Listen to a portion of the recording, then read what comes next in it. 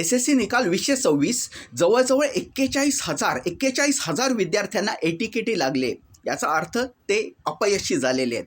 सर्वात ही गंभीर बाब आहे, कारण आपण गेल्या वर्षी खूप घटना ऐकल्या. अपयशी विद्यार्थ्यांनी टोकाची पावलं उचलली. आता यात काय करता येईल आपण प्रॅक्टिकली विचार करू. रिव्हेरिफिकेशन प्रोसेस डेफिनेटली ते फॉलो करू शकतात. त्यासाठी त्यांचं हॉल तिकीट जवळ असणं अतिशय गरजेचं आहे. त्यांचा पासवर्ड त्यांना त्यातून मिळू शकतो. त्यांचं नाव, त्यांच्या शाळेचं नाव, पालकांचं नाव टाईप करून सर्वप्रथम त्यांनी रिव्हेरिफिकेशन या प्रोसेसचा फॉलोअप सिन्सिअरली करावा, ही पहिली गोष्ट. दुसरी गोष्ट, याच्यामध्ये त्यांनी शाळेशी सातत्याने संपर्क करावा.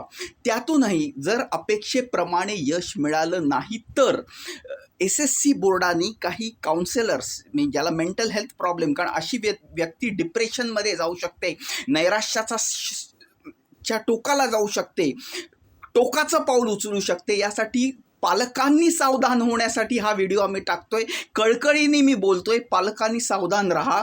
आणि जर समजा अपयश मिळालं तर SSC बोर्डाने 10 ऑफिशियल काउन्सिलर्स बसवले, त्यांची मदत घ्या.